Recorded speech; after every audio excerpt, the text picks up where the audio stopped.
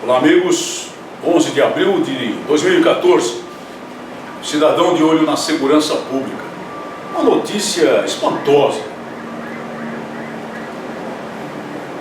Foi feito um acordo do governo brasileiro com os países que participarão com suas representações da Copa do Mundo de Futebol, a Copa do Mundo da FIFA, aqui a partir de junho, no sentido de que esses grupos de cidadãos nacionais, venham de onde vierem, possam se fazer acompanhar de um determinado número de policiais do seu próprio país, que terão o direito de se identificar como policiais daquela nação, daquele Estado-nação, acompanhar as delegações, acompanhar os torcedores e não portar armas aqui e propriamente agir como policiais, mas servir como observadores, como, digamos assim, fiscalizadores do dispositivo de segurança, que isso está implícito na decisão, e também como interlocutores com as forças policiais locais dos cidadãos do seu país.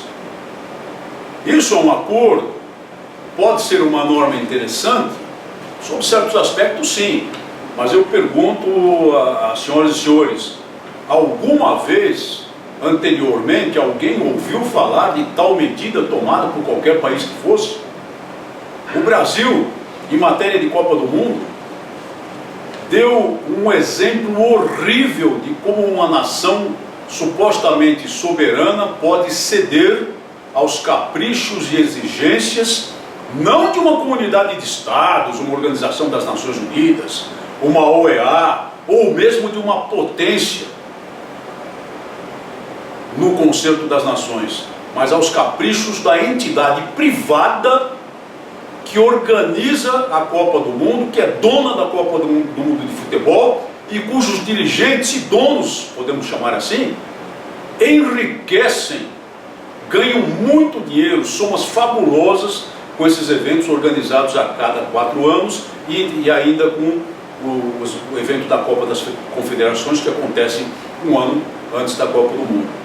O que aconteceu no Brasil foi a FIFA dando um murro na mesa e fazendo exigências descabidas, impondo aos legisladores brasileiros até a modificação de certos dispositivos de lei para atender aos interesses dela. E isso significa abrir mão da soberania. Essa decisão também é abrir mão da soberania. O que tem o Brasil de fazer é montar o melhor dispositivo de segurança jamais visto para essa Copa do Mundo. Essa é a obrigação do país, já que ele assumiu o compromisso de organizar a Copa do Mundo. Para montar um aparato que verdadeiramente dê segurança não apenas aos cidadãos brasileiros, mas aos estrangeiros que para cá vierem, também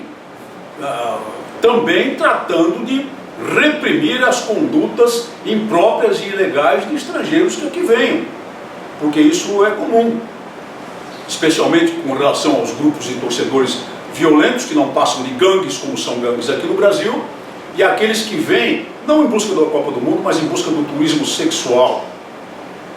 E na busca do turismo sexual de meninos e meninas de tenra idade, atirados na prostituição para atender a concupiscência desses que são os turistas que nenhum país deveria receber de braços abertos. Essa decisão é outra negação de soberania, outra cessão de parcela de soberania, e é uma vergonha nunca vista na história do mundo. Houve uma greve aí da Polícia Federal e no bojo dessa greve, o ministro do Supremo Tribunal Federal, Gilmar Mendes, deu um despacho a respeito de uma ação que ocorreu na 13ª Vara da Justiça Federal a respeito do direito de greve, e declarou que os serviços públicos desenvolvidos por grupos armados são análogos aos dos militares e, portanto encaixam-se na proibição do direito de greve. Aqui o ministro Gilmar Mendes, membro do Supremo Tribunal Federal, como parte do Supremo, reescrevendo a Constituição novamente. Isso não está escrito na Constituição. O que diz a Constituição é que o direito de greve do servidor público deverá ser regulamentado. E só pode ser regulamentado, evidentemente, por uma lei ordinária, uma lei uma lei infraconstitucional que regulamente o direito declarado de greve. Policial civil, policial federal, policial rodoviário federal são servidores públicos, como deixa claramente expressa a Constituição da República. Então eles têm o direito deve ser regulado, ele pode até sofrer algumas restrições, mas não pode nem de modo nenhum o Supremo Tribunal Federal afirmar que o direito não exista. Ele existe, está pendente de regulamentação, porque esse é mais um caso em que o Congresso Nacional se recusa a cumprir com sua obrigação por pressão do Poder Executivo, que não deseja ver esse direito regulamentado. Quem não tem direito à greve, senhor ministro, são os militares. Os militares são os membros das Forças Armadas, Exército, Marinha de Guerra e Força Aérea, e os membros das polícias militares e dos corpos de bombeiros militares, que são forças estaduais.